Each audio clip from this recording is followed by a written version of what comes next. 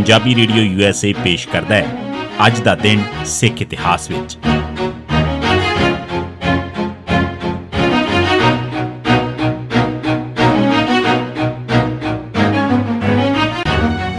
ਸਿੱਖ ਇਤਿਹਾਸ ਦੀਆਂ ਘਟਨਾਵਾਂ 'ਚ 23 ਫਰਵਰੀ ਦਾ ਦਿਨ।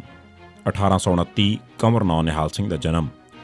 23 ਫਰਵਰੀ 1829 ਦੇ ਦਿਨ ਮਹਾਰਾਜਾ ਰਣਜੀਤ ਸਿੰਘ ਦੇ ਸਭ ਤੋਂ ਵੱਡੇ ਪੁੱਤਰ ਖੜਕ ਸਿੰਘ ਦੇ ਘਰ ਕੰਵਰ ਨੌ ਨਿਹਾਲ ਸਿੰਘ ਦਾ ਜਨਮ ਹੋਇਆ, ਜੋ 9 ਅਕਤੂਬਰ 1839 ਤੋਂ 5 ਨਵੰਬਰ 1840 ਤੱਕ ਲਾਹੌਰ ਰਿਆਸਤ ਦਾ ਹਾਕਮ ਬਣਿਆ।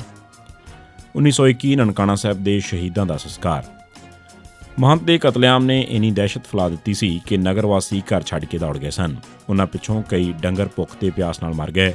ਸਿੱਖਾਂ ਨੇ ਮਰੇ ਡੰਗਰਾਂ ਨੂੰ ਛੱਪੜ ਕੰਢੇ ਇਕੱਠਾ ਕੀਤਾ ਤੇ ਘਰ ਛੱਡ ਕੇ ਭੱਜ ਗਏ।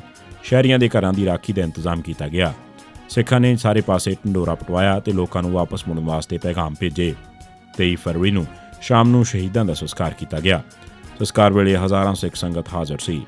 ਸਾਰੇ ਸ਼ਹੀਦ ਸਿੱਖਾਂ ਦਾ ਸੰਸਕਾਰ ਇੱਕੋ ਜਗ੍ਹਾ ਇਕੱਠਾ ਹੀ ਕੀਤਾ ਗਿਆ। ਇਸ ਵੇਲੇ ਬਹੁਤ ਵੱਡੀ ਗਿਣਤੀ 'ਚ ਸਿੱਖ ਹਾਜ਼ਰ ਸਨ। ਤਕਰੀਬਨ ਸਾਰਿਆਂ ਦੀਆਂ ਅੱਖਾਂ ਗਮ ਸਨ ਤੇ ਸੰਸਕਾਰ ਵੇਲੇ ਸੰਗਤ ਲਗਾਤਾਰ ਸ਼ਬਦ ਪੜ੍ਹਦੀ ਰਹੀ। ਉਸ ਸ਼ਾਮ ਲੋਕਾਂ ਨੇ ਜ਼ਰਾ ਮਾਸਾ ਲੰਗਰ ਵੀ ਨਾ ਛਕਿਆ। 1921 ਗੁਰਦੁਆਰਾ ਭਾਈ ਜੋਗਾ ਸਿੰਘ ਪੇਸ਼ਾਵਰ 'ਚ ਹਿੰਦੂਆਂ ਦੀ ਗੁੰਡਾਗਰਦੀ।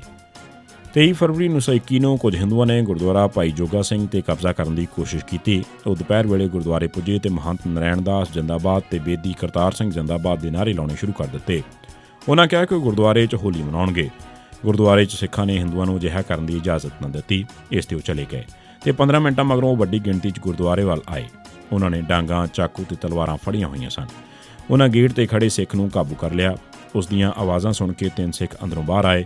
ਸਿੱਖਾਂ ਦਾ ਦਬਕਾ ਸੁਣ ਕੇ ਹਿੰਦੂ ਪਿੱਛੇ ਨੂੰ ਭੱਜ ਗਏ। ਸਾਰੀ ਗਲੀ ਹਿੰਦੂ ਭੀੜ ਨਾਲ ਭਰੀ ਹੋਣ ਕਰਕੇ ਉਹਨਾਂ ਵਾਸਤੇ ਦੌੜਨਾ ਵੀ ਔਖਾ ਹੋ ਗਿਆ।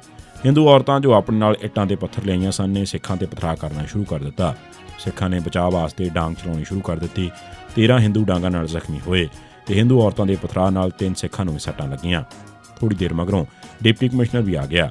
ਦੂਜੇ ਪਾਸੇ ਖਬਰ ਮਿਲਦੇ ਹੀ ਬਹੁਤ ਸਾਰੇ ਸਿੱਖ ਵੀ ਗੁਰਦੁਆਰੇ ਪਹੁੰਚ ਗਏ। ਡਿਪਟੀ ਕਮਿਸ਼ਨਰ ਕਿਉਂਕਿ ਹਿੰਦੂਆਂ ਦੀ ਤਰਫਦਾਰੀ ਕਰਦਾ ਸੀ, ਉਸਨੇ 40 ਸਿੱਖ ਗ੍ਰਿਫਤਾਰ ਕਰ ਲਏ ਤੇ ਕਿਸੇ ਵੀ ਹਿੰਦੂ ਨੂੰ ਹੱਥ ਨਾ ਲਾਇਆ। ਡੀਸੀ ਨੇ ਗੁਰਦੁਆਰੇ ਤੇ ਕਬਜ਼ਾ ਕਰ ਲਿਆ ਤੇ ਪੁਲਿਸ ਤੇ ਮਿਲਟਰੀ ਦੀ ਗਾਰਡ ਲਾ ਦਿੱਤੀ। ਉਸਨੇ ਗੁਰਦੁਆਰੇ 'ਚ ਸਿੱਖਾਂ ਦੀ ਐਂਟਰੀ ਬੰਦ ਕਰ ਦਿੱਤੀ। ਇਸ ਤੇ ਸਿੱਖਾਂ ਨੇ ਸਣੇ ਫੌਜੀ ਸਿੱਖਾਂ ਦੇ ਪ੍ਰੋਟੈਸਟ ਕੀਤਾ। 23 ਫਰਵਰੀ 1921 ਦੀ ਸਨਾਤਨ ਧਰਮ ਦੀ ਸਭਾ ਗੁਰਦੁਆਰਾ ਨਨਕਾਣਾ ਸਾਹਿਬ ਬਾਰੇ ਨੀਚਤਾ ਭਰੀ ਚਿੱਠੀ ਮਿਲੀ। ਜਿਸ ਦਿਨ ਨਨਕਾਣਾ ਸਾਹਿਬ ਦੇ ਸ਼ਹੀਦਾਂ ਦਾ ਸੰਸਕਾਰ ਹੋ ਰਿਹਾ ਸੀ, ਉਸ ਦਿਨ ਸਨਾਤਨ ਧਰਮ ਪ੍ਰਤੀਨਿਧੀ ਸਭਾ ਪੰਜਾਬ ਲਾਹੌਰ ਨੇ ਹਮਦਰਦੀ ਕਰਨ ਦੀ ਬਜਾਏ ਉਲਟਾ ਇਹ ਜਬੜੀ ਮਾਰੀ ਕਿ ਨਨਕਾਣਾ ਸਾਹਿਬ ਗੁਰਦੁਆਰਾ ਕਮੇਟੀ ਨੂੰ ਨੋਟਿਸ ਰੂਪੀ ਖਤ ਲਿਖਿਆ ਗਿਆ ਹੈ ਕਿ ਗੁਰਦੁਆਰੇ 'ਚ ਹਿੰਦੂ ਤਸਵੀਰਾਂ ਤੇ ਬੁੱਤ ਵੀ ਮੌਜੂਦ ਸਨ, ਉਹਨਾਂ ਬਾਰੇ ਪੋਜੀਸ਼ਨ ਦੱਸੀ ਜਾਵੇ। 23 ਫਰਵਰੀ 1987 ਦੇ ਦਿਨ ਕਮਲਜੀਤ ਸਿੰਘ ਜ਼ੀਰਾ ਨੂੰ ਪੁਲਿਸ ਨੇ ਸੰਤੂਵਾਲ ਨੇੜੇ ਇੱਕ ਨਕਲੀ ਮੁਕਾਬਲੇ ਸ਼ਹੀਦ ਕੀਤਾ। 23 ਫਰਵਰੀ 1988 ਦੇ ਦਿਨ ਸੁਰਿੰਦਰ ਸਿੰਘ ਸ਼ੰਦਾ ਵਾਸੀ ਕੋਟ ਅਹਿਮਦ ਨੇੜੇ ਸਰਹਾਲੀ ਤੇ ਹਰਿੰਦਰ ਸਿੰਘ ਬੰਟੀ ਵਾਸੀ ਚੰਡੀਗੜ੍ਹ ਨੂੰ ਪੁਲਿਸ ਨੇ ਨਕਲੀ ਮੁਕਾਬਲੇ ਸ਼ਹੀਦ ਕੀਤਾ। ਇਹ ਸੀ ਸਿੱਖ ਇਤਿਹਾਸ ਦੀਆਂ ਘਟਨਾਵਾਂ 'ਚ 23 ਫਰਵਰੀ ਦਾ ਦਿਨ।